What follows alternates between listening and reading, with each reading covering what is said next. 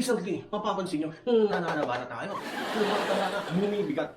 Kasi sa kinakain natin, lagi yung prito ng prito, fried chicken, pork chop. 2021 na. Simulan natin magbawas ng mantika, oil-free.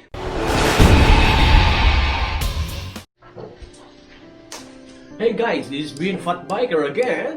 Being Fat Biker Studio is always supporting you every week tech gadget review. If this is your first time to tune into my channel, hit the subscribe button at pati bell icon na rin para every week you will receive all my gadget review. And recently, mapapansin nyo, nananaba na tayo. Tumataba na, bumibigat. Kasi sa kinakain natin, lagi yung prito ng prito, fried chicken, pork chop. 2021 na. Simulan natin magbawas ng mantika, oil-free. That's why, meron tayong dumating ng bagong gadget na ating i-unbox at paano gamitin ang air fryer. Pero, air fryer ng China. Mura! 50% off ang layo sa mga branded at original ng mga air fryer. Maganda ba to? Sulit ba to? Masarap bang pagkakaluto nito? Tara, samahan niyo ako sa masusunod na segundo sa air fryer to. Let's get it on, guys!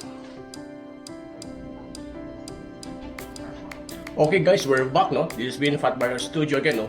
So we're going to unbox this new delivery, okay? From Lazada, salamat Lazada, for this air fryer made in China. It's a China brand, okay? Maraming kwento, maraming review. It looks okay naman daw. So we'll now try to find out by ourselves, is it really worth buying? Okay, and how much the price? Which I will share later, how much is this? And let's see anong spec na ito, anong capacity. Okay, so tara, i-unbox na natin tong mamang air fryer na to. Okay, let's start. Okay, we'll start unboxing this one. Okay, again, for those newcomer here at first time to visit and tune into my channel, no? So makikita nyo nasa kusina tayo para mamaya is masubukan na natin ano ba ang ano ito, paano mo ginagamit to, and then suwabe ba. So we need to remove all the bubble packs muna, no? Okay, unbox natin. Mostly kasi sa mga delivery ng Lazada or Shopee or any online, minsan ang laman, hollow blocks, laman kahoy, no? But let's see if it's really legit. But I think it's legit because I check the review. Okay, wow. Okay, you guys kita nyo na kagad sa box. Yung picture pa lang, nakakagutom na. Okay. Remove the bubble pack. Ayun po. Naririnig nyo ang patak ng ulan, lakas ng ulan. Okay. So, this is the air fryer. Makikita ninyo. Okay. Let's check the external of the box first, external packaging. Makikita nyo, air fryer, oil-free fryer. Okay. 4.5 liters ang capacity niya. Gaano kalaki, hindi ko alam. Okay. We'll check later. Okay. Easy to cook, easy to clean, cook safety. Okay. Other side is the spec of the air fryer, okay? Makikita nyo, product name, air fryer lang. Wala siya yung brand na makita mo. Hanabishi, Yowa, okay? Ito ba yung mga sikat na brand? Hindi ganun. Air fryer lang, rekta, China nga eh, okay? The model, the power, the wattage, and the box size. And its color, black and white sana, hindi naman nakalagay kung black, red, or white. Okay? Okay, that's it. So let's open now. Buksan na natin to. Babuksan pa ng iba.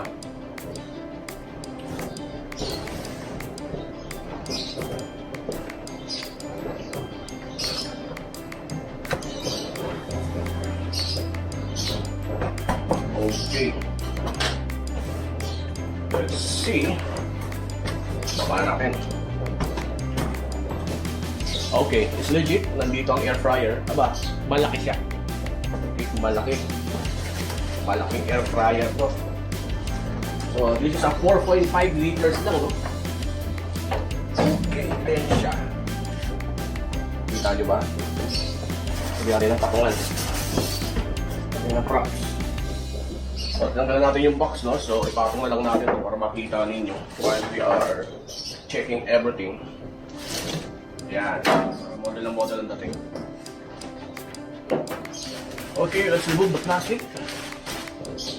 Okay, totally secured naman siya. Walang mga damage, no? Okay, so tanggalin na natin yung ano, mga ka-plastican dito. Naka-seal din siya na talagang they keep and ship it very well. Okay, to satisfy the customer. Okay, salamat ulit, Lazada. So guys, sinabi ko, bago natin gamitin, dapat i-burn in muna siya ng 30 minutes after na malinis nyo. So nalinis na natin itong pan, okay? And then pati yung mismong parang strainer niya. Okay? And then, pasok na natin. Ayun. So pagpasok niya, no, automatic doon na iilaw, may green and orange. So set natin ng 30 minutes at ilagay natin sa, let's say, 100 degrees. Okay, and 30 minutes. So burn in para lahat ng mga yung heater mismo, yung blower pan, ma-exercise para this kung talagang may problema, wala. At least para mainitan na rin yung mismong pan natin bago tayo gumamit ng pagkain mismo. Okay? We'll be right back. At magta-time lapse tayo after 30 minutes. So ayan, tumulog na. Tapos na yung burn in natin na 30 minutes at 180 to 200 degrees Celsius kapag first na binuhay nyo. So pag binuhay ito, habang umiinit siya, may makikita kayo at maaamoy kayong usok. Okay lang yun. So kasi first time na iinit yung heater mismo, yung mga motor, okay? Yung transformer sa loob, okay? So normal lang may makikita kayong usok. On the first 5 to 10 minutes, may usok yan. Makikita mo, naglalabasan sa exhaust. Normal lang yun. But ang mga susunod na minuto, okay na siya. Umiinit na, gumagana na yung mga motor, gumagana yung heater. So now, let's start cooking the french fries and nuggets. Let's see ano ang lasa. Tara. Okay guys, ngayon subukan na natin kung gaano ba kasarap o gaano kalupit ang luto ng mga air fryers na made in China. Okay, by the way, before I forget, ang presyo nito, okay, is around 1,699 pesos plus 80 pesos na delivery fee. Okay, again, this is a China brand, and so far yung testing natin kanina sa ating unboxing, okay naman. Ngayon is taste test tayo. Masarap ba ang pagkakaluto? Malutong ba? Malinamnam ba? Without using any cooking oil. So french fries muna tayo. Ang setting 200 degrees Celsius within 22 minutes. Tara, salpak na natin. 200 degrees and 22 or 25 minutes na. Okay, set na natin. Balikan natin. Time lapse ulit tayo after 25 minutes para sa ating french fries. Amoy french fries na malutong. Tara, buksan na natin.